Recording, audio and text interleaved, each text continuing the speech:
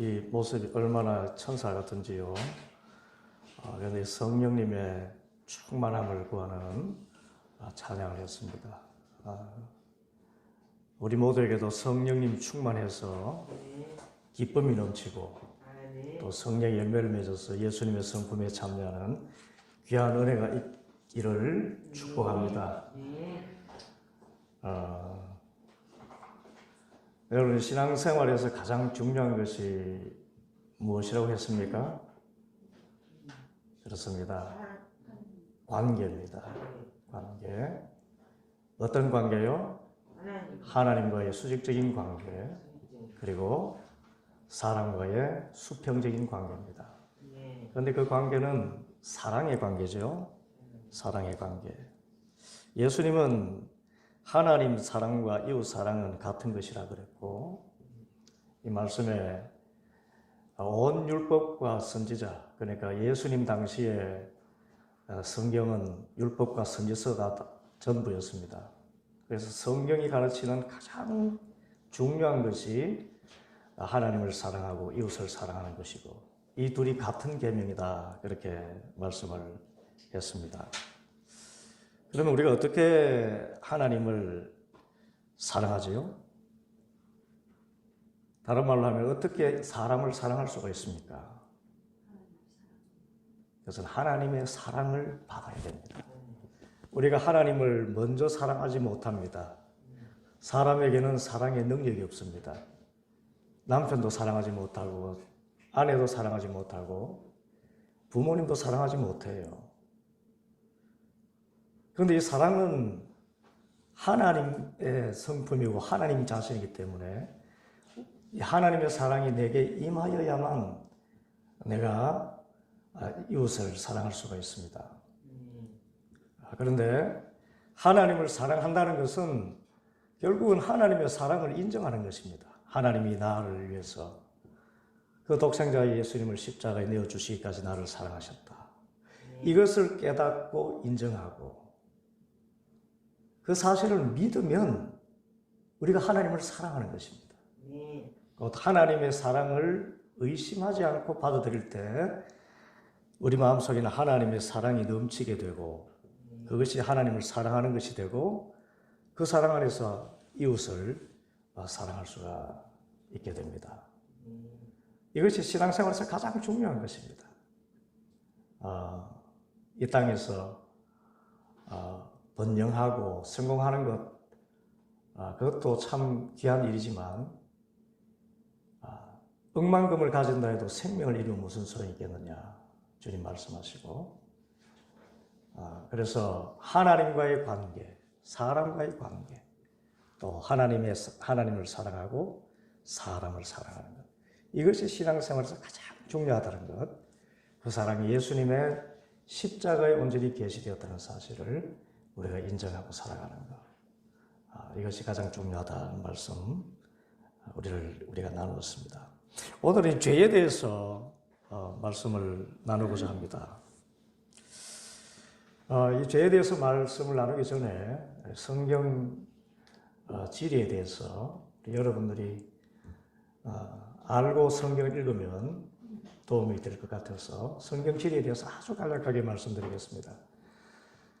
예수님 당시에 그 이스라엘, 그것은 세 개의 지방으로 나눠져 있었습니다. 몇 개의 지역요? 세 개 지역.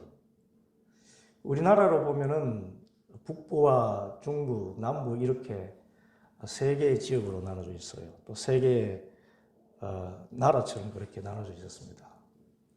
저 북쪽 함경도 지역에 해당되는 그것은 바로 갈릴리였습니다. 어디요? 갈릴리. 우리나라 북쪽도 마찬가지지만 예수님 당시에 저 북쪽에 있는 갈릴리 지역은 외세의 침략이 빈번했습니다. 그래서 사람들이 굉장히 강했습니다. 그래서 이방의 갈릴리여, 예수님께서 이방의 갈릴리여, 선지자 이사야의 말씀을 인용하셨죠. 이방의 갈릴리, 라고 할 만큼 외세의 침략이 강해서 사람들이 굉장히 억세고 이 반골 기질이 강했습니다. 갈릴리 사람들. 그런데 그 갈릴리에 예수님이 성장하셨던 지역이 있습니다. 예수님이 성장하셨던 지역이 어디죠? 나사렛이 있습니다. 자, 퀴즈입니다. 예수님이 나신 나사렛이 있는 지역은 갈릴리입니다. 예수님께서 그 갈릴리 지방, 그 북쪽 지방에 억센 사람들, 그런 반골 기질이 많은 사람들, 또 그래서 가난하고 약한 사람들이 많은 그 갈릴리 지역 지방 그 나사렛에서 성장하셨습니다. 이제 중부로 내려오면은 그것은 사마리아 지역이라고 이야기합니다. 어떤 지역요? 사마리아. 자, 제일 북부는 어디라고요? 갈릴리. 중부 지역은 사마리아입니다. 사마리아. 이 사마리아는 원래 북이스라엘이라는 이름으로, 여러분 성경에 보면은 솔로몬이라는 왕이 있어요. 다윗의 아들인 이 솔로몬이 왕이 되고 나서 통일국가를 이뤘는데, 솔로몬 이후에 솔로몬의 아들 르호보암과 또 다른 여로보암이라는 사람이 권력 투쟁을 하다가 나라가 나뉘게 됩니다. 그런데 르호보암은 이스라엘의 12지파 가운데 유다 민족을 중심으로 해서 남쪽 지방에 유대를 세우고, 그리고 남은 11지파가 여로보암을 따라서 그 사마리아 지역에다가 이스라엘이라는 나라를 세웁니다. 그래서 원래 사마리아의 이름은 이스라엘입니다. 그래서 북이스라엘 그래요. 갈릴리가 있고 그 중간 지역에 사마리아가 있는데, 사마리아의 원래 이름이 뭐라고요? 북이스라엘. 그 북이스라엘은 11지파로 구성되어 있었는데, 북이스라엘의 수도가 바로 사마리아입니다. 그런데 사마리아는 북이스라엘은 예수님 오시기 전 586년경에 아수르라는 나라에 멸망을 당합니다. 그런데 아수르라는 민족이 굉장히 잔인한 민족이었어요. 그래서 그 북이스라엘을 침략하면서 그들을 아주 종교 말살 정책, 민족 말살 정책을 폈습니다. 그래서 이방의 풍습을 따르게 하고 우상을 숭배하게 하고 또 민족의 정체성을 다 잃어버리게 그렇게 만들었습니다. 그래서 자연히 남쪽 유대의 사람들은 북이스라엘 사람들을 경멸했습니다. 지금으로 이야기하면 혼혈족이죠. 그리고 이 정통 유대교, 하나님을 예배하는 그 종교의 순수성을 잃어버렸다 그래서 사마리아인 그러면 유대 사람들이 그렇게 미워하고 혐오하고 정오를 했어요. 이렇게 미워하니까 사마리아 사람들도 남쪽 유대 사람들을 싫어했습니다. 그래서 미리 말씀이 나왔습니다만, 자, 중부가 사마리아, 옛날에 북이스라엘이라면 마지막 남부지방, 우리나라의 경상도 또 전라도 지역에 해당되는 이 남쪽 지역의 이름은 유다입니다. 유대라고도 하죠. 유다 지방 그럽니다. 그 유다 지방의 수도는 예루살렘이에요. 예루살렘이 있고 그곳에 예수님이 나신 곳이 있습니다. 여러분, 예수님이 태어나신 곳이 어디죠? 베들레헴, 그죠? 베들레헴, 떡집이라는 뜻입니다. 그래서 그 예루살렘이 있고 베들레헴이 있는 그 지방이 유대 지방이에요. 그래서 이 유대에 있는 사람들이 저 북쪽 갈릴리로 가려고 그러면 사마리아를 통과해야 되잖아요. 또는 갈릴리에 있는 사람들이 유대 지방으로 내려오려고 그러면 중간에 그 사마리아를 통과해야 됩니다. 그런데 사마리아 사람들은 유대인들을 아주 싫어하고 그들 역시 적대감을 갖고 있었기 때문에 지나가다가 유대인 같으면 돌을 던지고 욕을 하고 그랬습니다. 그래서 갈릴리에서 유대로 가든 유대에서 갈릴리로 가든 사람들은 대부분 요단강 동쪽으로 해서 이렇게 둘러서 이렇게 가곤 했습니다. 그런데 성경에 보면 예수님은 갈릴리에서 유대 지방으로 가면서 갈릴리에서 유대 지방 내려가시면서 오히려 사마리아를 직접 통과하시지요.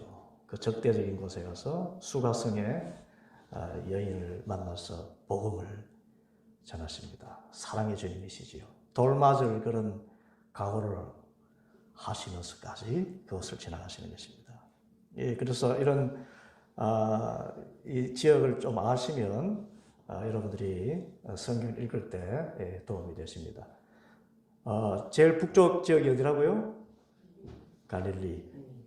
그 갈릴리 지역에 예수님이 성장하신 곳이 어디라고요? 나사렛. 그 다음에 중부 지역은 사마리아.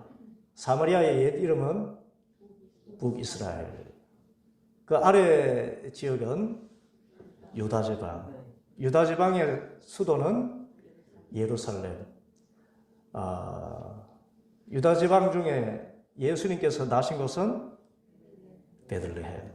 이제 그림이 좀 그려지시나요? 예, 이렇게 그렇게 하시면 좋겠습니다. 오늘은 이제 죄는 무엇인가라는 말씀을 나누려 하는데 이 성경에 왜 많은 이 주제 가운데 죄를 그렇게 강조하고 죄를 제일 먼저 이렇게 이야기를 할까요? 뭐 다른 이야기 할 수 있잖아요. 예수님 이야기부터 먼저 하고 하나님 이야기 할 수도 있고. 그런데 왜 죄에 대해서 그렇게 우선적으로 말을 할까요? 그것은 죄가 가장 큰 인생의 문제이기 때문입니다. 삶의 가장 큰 난제가 죄이기 때문에 그래요. 인생의 문제는 다른 게 아닙니다. 죄입니다. 죄. 우리가 죄 때문에 에덴 동산에서 추방이 되었고요. 죄 때문에 죽음이 옵니다. 죄 때문에 가정이 파탄나고 죄 때문에 이 사회가 혼란에 빠집니다. 그래서 죄입니다.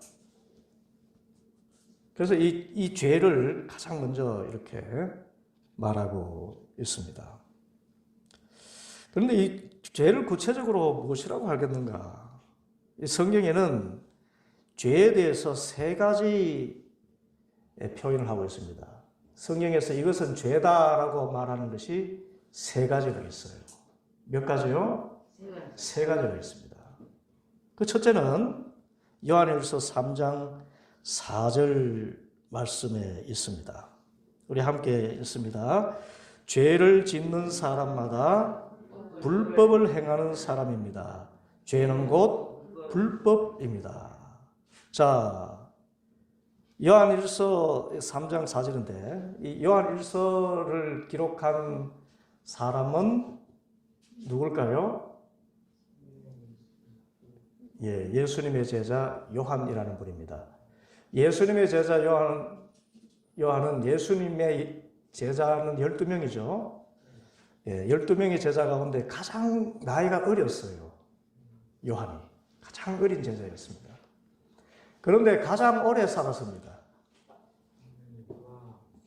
그래서 요한복음을 쓴 분이 요한이고 성경에 보면 요한일서, 성경에 뒤에 이렇게 1서, 2서, 3서 그러면 편지를 뜻합니다. 요한이 쓴 첫 번째 편지 요한일서, 두 번째 편지 요한2서, 세 번째 편지 요한3서, 그리고 성경의 마지막 책이 어떤 책이죠? 요한계시록을 요한이 썼어요. 예, 요한이 썼는데 이 요한은 다른 제자들은 다 순교를 했는데 요한은 반모섬이라는 곳에 그곳이 은을 채굴하는 광산 동굴이었습니다. 그래서 은을 채굴하는 그런 노동을 하면서 그 동굴에 갇혀서 일생을 지냈어요. 100세까지 사셨다 그럽니다.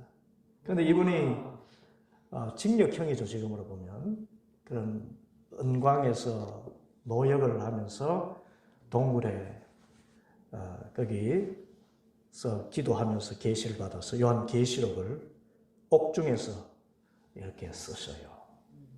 예수님이 가장 사랑하는 제자 가운데 한 분이고 가장 젊은 제자였고 유일하게 자연사 하신 분이 사도 요한입니다.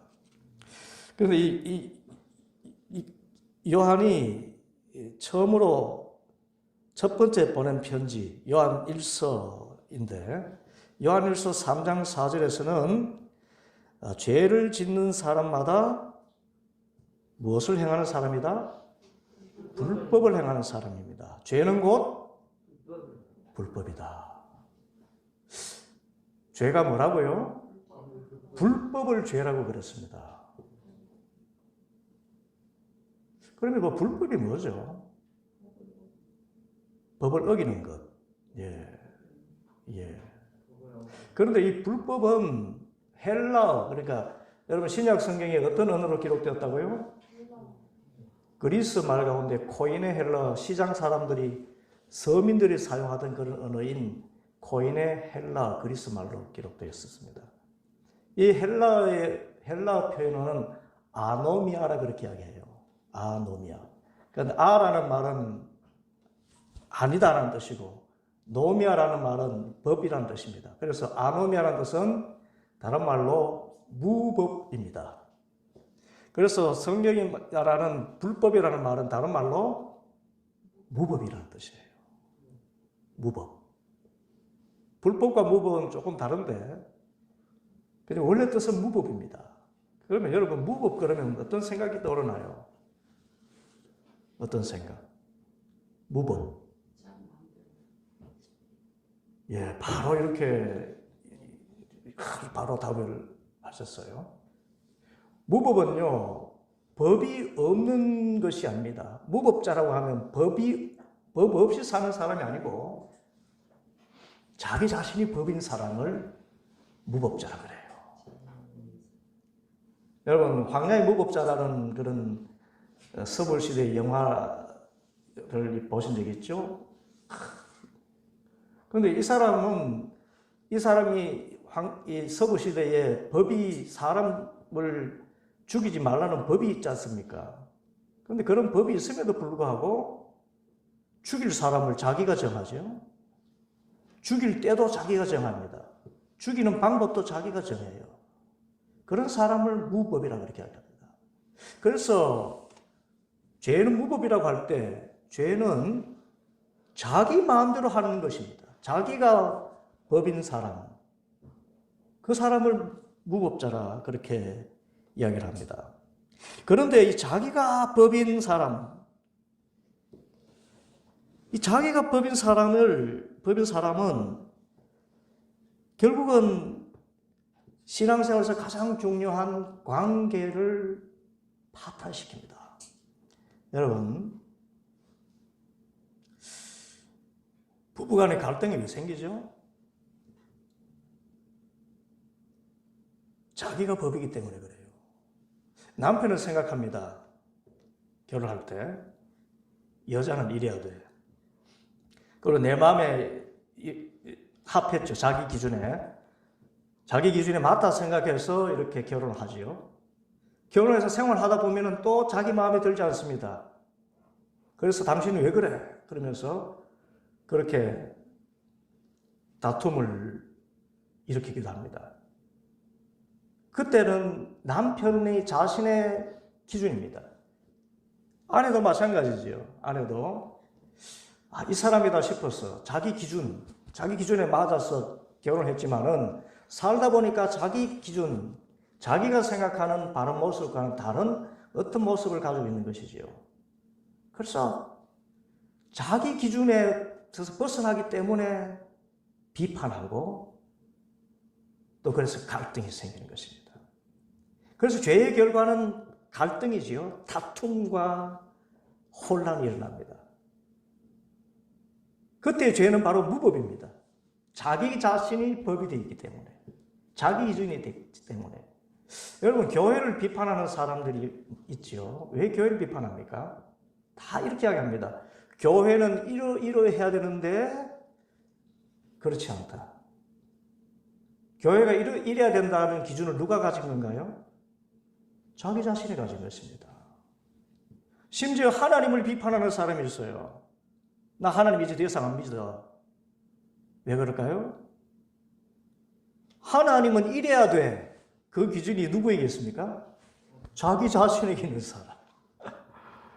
하나님은 이런 분이어야 돼. 하나님은 그냥 이 세상에 예수님 믿기만 하면은 병도 낫고 공부 별로 안 해도 이렇게 인서울 대학교 들어가고 직장 잘 되고 하는 이런 하나님이 되는데 보니까 질병도 있고 또 이 하나님을 믿는 사람들 가운데서도 그렇게 나쁜 사람들이 있잖아요. 왜 하나님이 나쁜 사람들도 교회에 나오게 하십니까? 그 자기 기준이 된 것입니다. 그것이 또 어리다고도 할 수 있죠. 그래서 자기 기준, 자기가 법인 사람, 이런 사람이 바로 무법자고, 그것이 바로 죄입니다. 내가 누군가에게 당신 이래야 돼, 저래야 돼 라고 한다면 나는 무법자인 것입니다. 그 무법자는 갈등을 일으켜요. 두 번째로 야고보서 4장 17절 말씀에서 죄를 이야기합니다. 함께 읽습니다. 그러므로 사람이 해야 할 선한 일이 무엇인지 알면서도 하지 않으면 그것은 그에게 죄가 됩니다. 자, 야고보서는 누가 썼을까요? 야고보인데, 이 야고보는 예수님의 12제자 가운데 야고보가 아니고 예수님에게는 동생들이 있었습니다. 누이도 있었고 예수님의 동생 야고보입니다. 야고보서를 누가 써요? 예수님의 동생 야고보가 썼습니다. 나중에 예루살렘은 어느 지방에 있다고 그랬습니까? 남유다에 있었죠? 예루살렘에 있는 교회의 지도자가 됩니다. 야고보가. 그런데 처음에는 예수님을 주님으로 믿지 않았습니다. 이해가 되죠? 같이 성장했는데, 그냥 형님인데. 그런데 이 야고보가 예수님을 주님이라고 고백하고, 예수님을 하나님의 아들이라고 고백하는 그런 제자가 됩니다. 그것은 예수님께서 부활하신 모습을 보았기 때문이에요. 그래서 부활신앙이 굉장히 중요합니다. 이후에 나오겠습니다. 로마서를 쓴 사도 바울도 이 교회를 그렇게 박해하던 사람이었지만은 부활하신 예수님을 만나고 나서 그의 인생이 완전히 변화되었습니다. 그 야고보가 부활하신 주님을 만나게 되고 나서 오순절 마가의 다락방에 120문도 가운데 함께 하면서 성령의 충만을 받고 예수님의 제자가 됩니다. 그분이 쓴 성경이 야고보서입니다. 야고보서 그런데 4장 17절에서 말씀하는 죄는 무엇입니까? 그러면 뭐가 죄라고 그랬죠? 그렇죠. 선한 일을 알면서도 하지 않는 것이 죄라고 이야기합니다. 선한 일을 할 줄 아는데 하지 않는 것 죄라고 합니다. 그러면 선한 일이 뭘까요?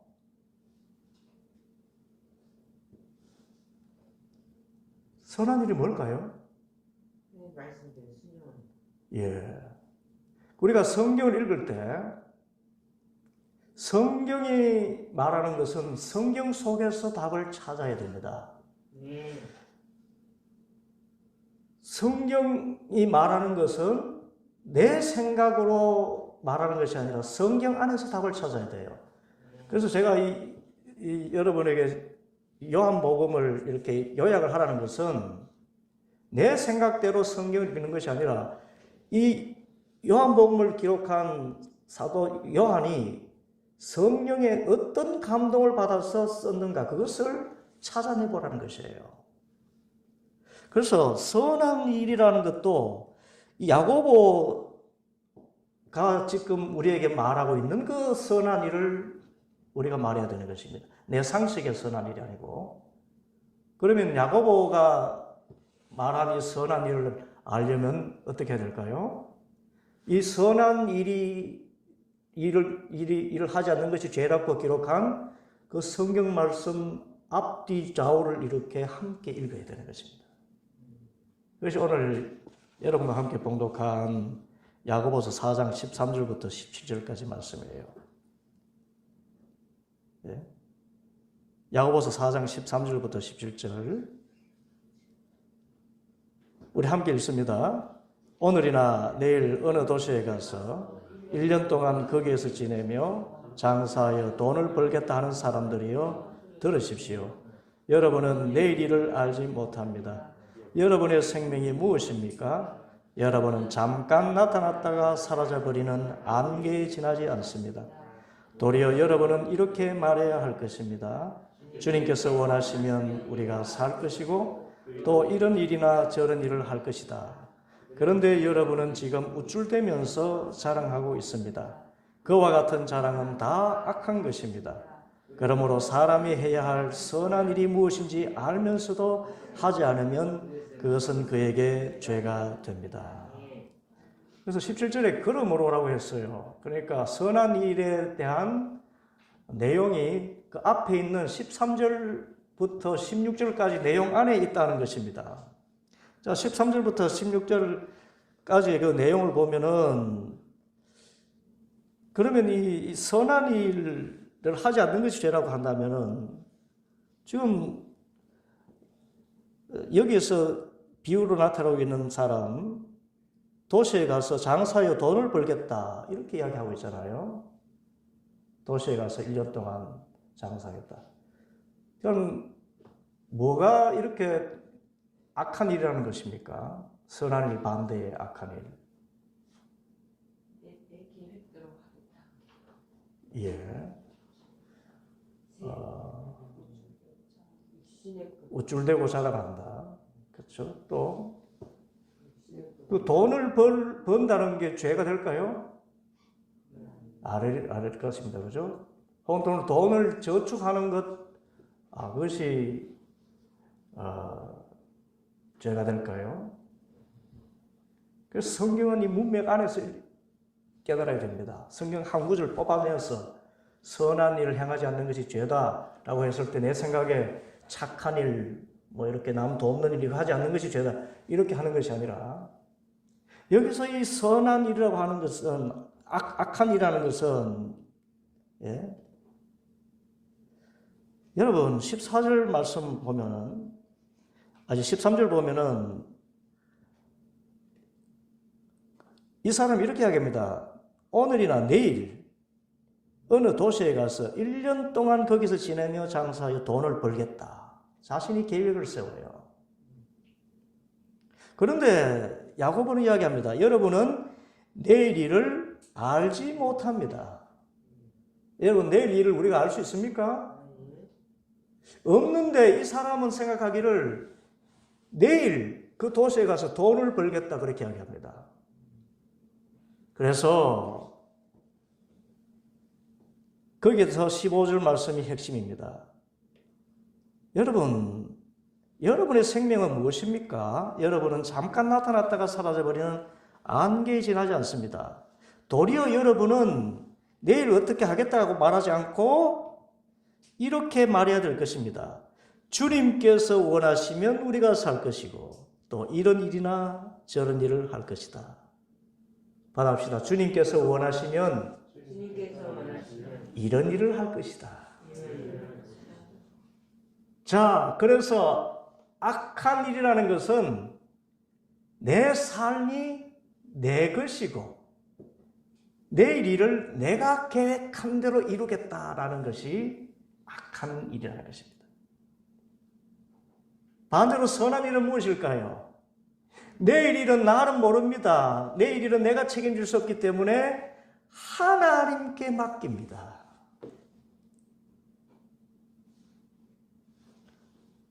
여러분, 참 사람들이 참 어리석다고 해야 될 것입니다. 내일 일을 우리는 진짜 몰라요. 오늘 이렇게 화기애애한 그런 관계에 있다가 어느 순간에 원수가 되어버리는 그런 때도 만나게 되고요. 어떤 사람은 그렇게 모은 재산을 하루아침에 다 잃어버리기도 합니다. 해외에서 박사학위를 받고 10년 만에 귀국하다가 비행기 추락사고로 죽는 일도 생겨요. 이제 몇 시간 후면 고국에 들어와서 이제 강단에 서게 되는 그런 것을 상상하고 계획하고 있는데 비행기 추락사고로 죽는 것이죠. 우리는 내일 일을 알 수 없습니다. 그래서 내일 일을 내가 하겠다. 내 인생 내가 살겠다. 내 계획대로 내가 살 수 있다고 생각하는 것이 죄입니다. 이해가 되시나요? 나의 인생은 그러면 누구에게 달려 있습니까? 하나님께 달려 있어요. 내 인생이 내게 달려있다고 생각하면 우리는 근심과 불안에 빠지거나 교만에 빠집니다. 내가 계획한 대로 되지 않으면 거기에 대한 낭패와 실망감이 있고 내일 일을 어떻게 할 것인가 그렇게 불안과 염려를 하게 되는 것이죠. 그런데 내일 일을 내일 하나님께서 알아서 해주실 것이고 하나님의 손에 있다고 믿는 사람은 근심에서 벗어나게 되죠. 그리고 내일 일을 내가 무엇을 만약 내가 계획한 대로 이루었다 그러면 내가 이루었구나 자만감에 빠지게 될 것입니다. 그래서 그런 일을 이루지 못하는 사람들을 멸시하겠지요. 네가 노력하지 않아서 그렇다. 그러나 하나님을 믿고 내일 일이 하나님의 손에 달려있다고 믿는 사람은 그 일이 이루어져도 받합시다. 나의 나된 것은 하나님의 은혜입니다. 이렇게 살아가게 되는 것이지요. 그래서 내 일을 내 계획대로 하겠다라고 생각하는 것이 죄입니다. 이것이 선한 일을 알면서도 하지 않는 것, 그런 죄의 그런 것을 말하고 있습니다. 마지막에 세 번째는 로마서 14장 23절입니다. 이 로마서는 왜 로마서일까요? 자, 로마서를 누가 썼죠? 예, 바울이라는 분이 썼습니다. 바울은 사도 바울이라고 이야기하는데 사실 사도라는 말은 예수님의 직계 살아 생전에 예수님이 선택하신 12명의 제자를 사도라 그랬어요. 그런데 바울은 예수님 살아계실 때 따라다니면서 같이 동고동락했던 그런 제자는 아니었습니다. 그런데 영적으로 이제 원래 이 바울이라는 분은 그 옛 이름이 사울인데 이 사울 시절에 유대교의 철저한 신봉자였습니다. 그 바리새주의에 아주 깊이 빠져있던 사람이었어요. 아주 공부도 많이 한 사람이고, 예, 당시 철학의 그 높은 도를 가진 가말리엘이라는 분의 제자였습니다. 그리고 율법으로는 성경에 있는 말씀을 하나도 어기지 않았다고 자부할 만큼 그렇게 철저하게 말씀대로 살아온 사람이었습니다. 그래서 예수님을 믿지 않았어요. 그래서 도리어 예수님을 믿는 사람들을 죽이는 일에 앞장섰습니다. 구약 성경만 믿으니까, 구약 성경에 보니까 하나님은 한 분이시고 다른 어떤 존재를 하나님이라고 하면은 그는 돌로 쳐 죽여야 되는 것이죠. 그런 율법에 갇혀서. 그랬던 그가 이제 다메섹에 있는 우리 그리스도인들을 잡아서 처형하려고 가던 중에 부활하신 예수님을 만나게 됩니다. 사울아, 사울아, 어찌하여 나를 박해하느냐. 그 음성을 듣고 그분이 예수님의 그 광채에 비춰서 거기서 눈이 멀고 나중에 아나니아라는 선지자를 통해서 눈이 고침을 받게 됩니다. 그러면서 성령 체험을 하고 나서 부활하신 예수 만나고 나서 내가 너를 이방인에게 보내는 나의 제자로 삼겠다. 직접 그렇게 음성을 들었기 때문에 살아있는 한 예수님을 만났기 때문에 이 땅에서 동고동락하게 했던 제자와 동일한 의미에서의 사도라 그렇게 칭함을 하나님께서 그렇게 나를 칭해 주셨다 그렇게 말한 것입니다.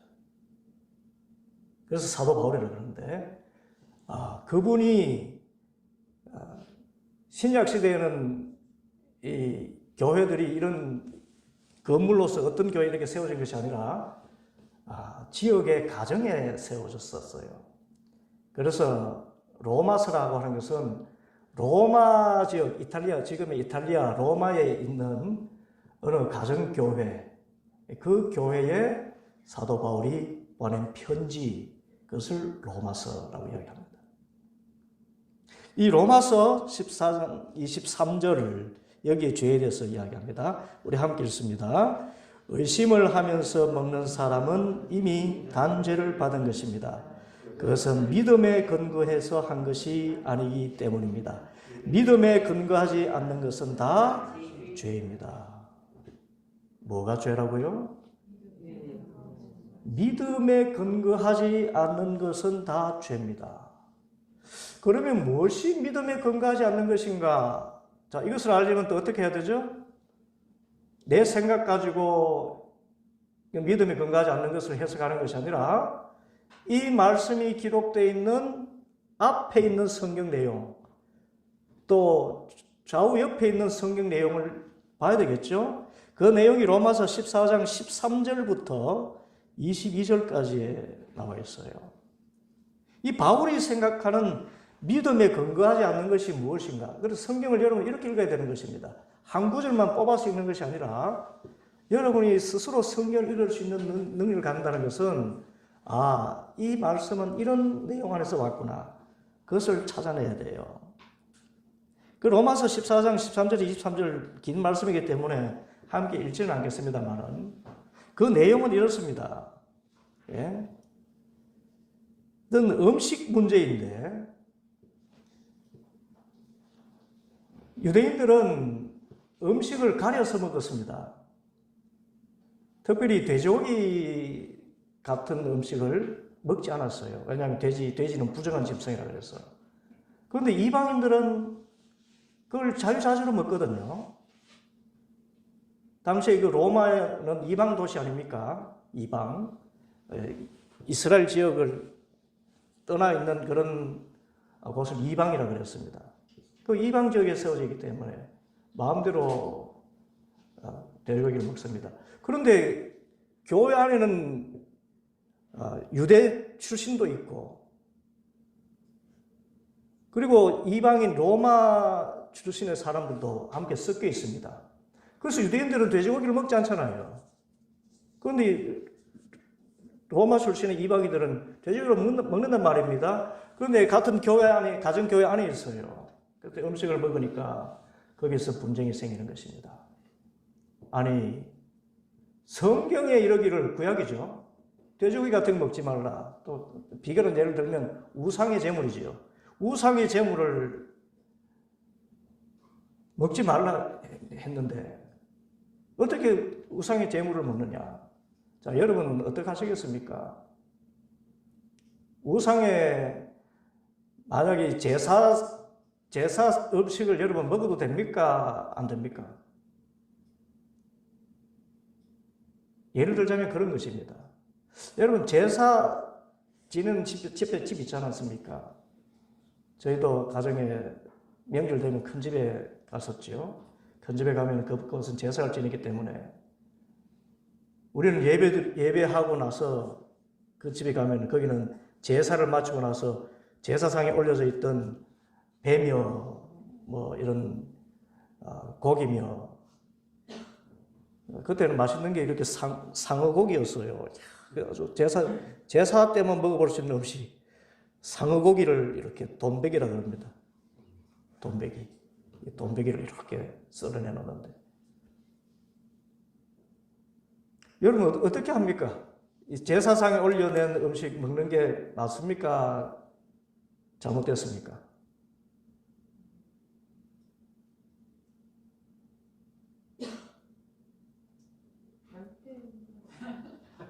자, 어릴 때는 안 먹었어요. 그럼 죄라고 그래가지고 그거 먹으면. 지금은요? 지금도 근데 먹기는 꺼려서요. 제사상에 올려줬다 그러면은 안 먹죠. 먹으면 먹지 말고 모르면은 먹고. 그렇죠. 자, 그래서 여기서 믿음에 근거한다는 것은 여러분 음식 자체이기 때문에 그거 음식에 귀신 붙어 있나요? 아니라고 생각하고 먹으면 되는 것입니다. 그러나 또 반대로 귀신에게 올려졌던 음식인데 왜 먹어? 끄림직하게 생각할 수가 있습니다. 그래서 믿음에 근거한다는 것은 내적인 어떤 확신이지요. 다른 말로 하면 자신이 생각하고 있는 주관적인 어떤 판단입니다. 여러분 죄는 이런 주관성과 관계가 있어요. 마음에 끄림직하면 그게 죄라는 것입니다. 끄림직하게 생각되지 않으면 죄가 안 돼요. 그런데 구약시대에는 이것 해라 저것 하지 말라 그것이 아주 명시적으로 이렇게 많이 기록되어 있습니다. 그래서 하지 말라는 것 하는 것 죄고 하라는 것 하지 않는 것 죄 딱 이렇게 알게 됐습니다. 그런데 신약 성경에 보면은 이것 해라 저것 하지 말라 그런 말씀이 매우 적습니다. 왜 그럴까요? 신약 시대는 이미 하나님이신 예수님을 성령으로 내 마음에 모셨기 때문에 성령님이 법이 되셔서 내 양심을 통해서 이것 해라 저것 해라고 말씀해 주시기 때문입니다. 그래서 주관적이에요. 그래서 제사상에 올려진 음식을 먹어도 된다. 먹으면 됩니다. 그런데 먹을 때 끄림직하다. 그것은 성령님께서 그런데 성령님은 참 좋으신 하나님 아버지이십니다. 우리의 행복을 위해서 우리 마음속에 자꾸 이런 감동을 주세요. 이것 하면 행복하지 않아. 그렇게 하지 마. 이것 하면 행복해. 이것 해. 그래서 법으로 기록된 말씀이 아니라 내 마음속에 기록된 생명의 성령의 법. 그것을 우리는 이 주관적인 어떤 판단이라고 할 수 있죠. 성령의 감동이라고 그렇게 이야기합니다. 그래서 죄가 무엇냐고 물으면 내 마음속에 거리끼는 것을 하는 것의 죄라고 이야기합니다. 성령님의 인도하심을 따르지 않는 것이 죄입니다. 다분히 주관적이지만 성경에 기록되지 않더라도 성령님께서 이것 하지 마 저것 하지 마. 미국의 폴 리터라는 목사님이 유명한 저술가이기도 한 목사님이 계신데 이 목사님은 목사가 되기 전에 아주 야구의 광이었습니다. 우리나라에도 야구 광들이 많죠. 그래서 어느 팀의 타자의 이름을 순서대로 알고 그가 몇 할때의 타자이며 또 수비 방어력이 어떤 투수며 이런 것을 10개가 넘는 그런 구단의 선수들을 다 알고 야구 경기라 그러면 밤을 새워서 보는 그런 분이었어요. 그런데 여러분 이 야구 좋아하는 게 죄인가요? 아니잖아요. 그런데 이분이 목사님이 되었는데 야구 때문에 설교 준비를 제대로 못하는 것입니다. 설교 준비하다가도 야구 중계하면은 그 설교가 뒤처지고 야구부터 보는 것이지요. 그러니까 어느 순간부터 야구를 보는 것이 마음에 그리끼는 것입니다. 이 그리낀다는 것은 누가 주신 마음일까요? 성령님이 주신 마음이죠. 목사에게 우선적인 것은 하나님의 말씀 준비하는 것인데 너가 야구에 빠져가지고 야구 보는 것이 죄는 아닙니다. 그렇지만은 성령님께서 내 마음속에 그리끼게 하는 것을 비춰볼 때 이 목사님에게는 죄가 되는 것이죠. 그래서 이 목사님이 하나님 말씀 묵상하는 것보다 야구에 빠졌던 것을 회개하고 야구를 끊었어요. 잘했습니까? 못했습니까? 잘했죠? 일반인들 야구 보는 것 잘못입니까? 잘못 아닙니까? 잘못 아니잖아요. 내주하시는 성령님의 음성대로 살아가는 것이 그 믿음의 분량대로 성령의 음성이 달라요. 그것이 바로 죄냐 죄가 아니냐를 결정하는 것입니다. 그래서 죄는 성령님의 인도하심을 거역하고 내 마음대로 하는 것, 내 생각대로 하는 것, 내 이성적인 판단, 내 심령의 판단이 아니라 내 이성적인 판단, 내 경험 가지고 살아가는 것이 죄다. 그렇게 말할 수가 있는 것입니다. 자, 이렇게 세 가지 죄에 대한 공통점은 있어요. 그것은 그 죄의 근본은 하나님과의 관계입니다. 내가 하나님이 되려고 하는 것입니다. 내가 하나님이 되려고 하는가.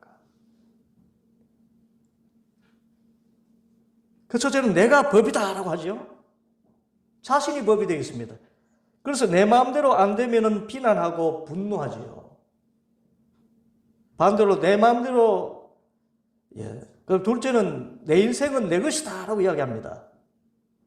이런 사람은 미래에 대한 불안이 오고 또 근거 없는 자신감과 교만에 빠지게 됩니다. 세 번째는 나는 내 하고 싶은 대로 한다라고 합니다. 그 성령님이 어떤 감동을 주시든지 내 성격, 내 감정대로 산다. 그 결과는 어떻게 될까요? 혼란입니다. 성경은 이것을 죽음이라고 이야기합니다. 파멸이지요. 어둠이에요. 그 결과는, 죄의 결과는 갈등, 내가 법이다 하면 갈등이 생기고 내 인생은 내 것이다라고 이야기하면 염려가 생기고 나는 내 하고 싶은 대로 한다 그러면 낭패가 찾아옵니다. 이것이 이 죄에 대한 세 가지 성경에 기록된 내용입니다. 그 이하 인간은 죄인인가라는 그 부분부터는 여러분 숙제로 거기 있는 성경 구절들 다 찾아서 이 여백에다가 이렇게 기록하시고 정리하셔서 제가 숙제 검사를 한 번쯤은 할 것입니다. 그러니까 여러분들 하시기 바랍니다. 기도하겠습니다.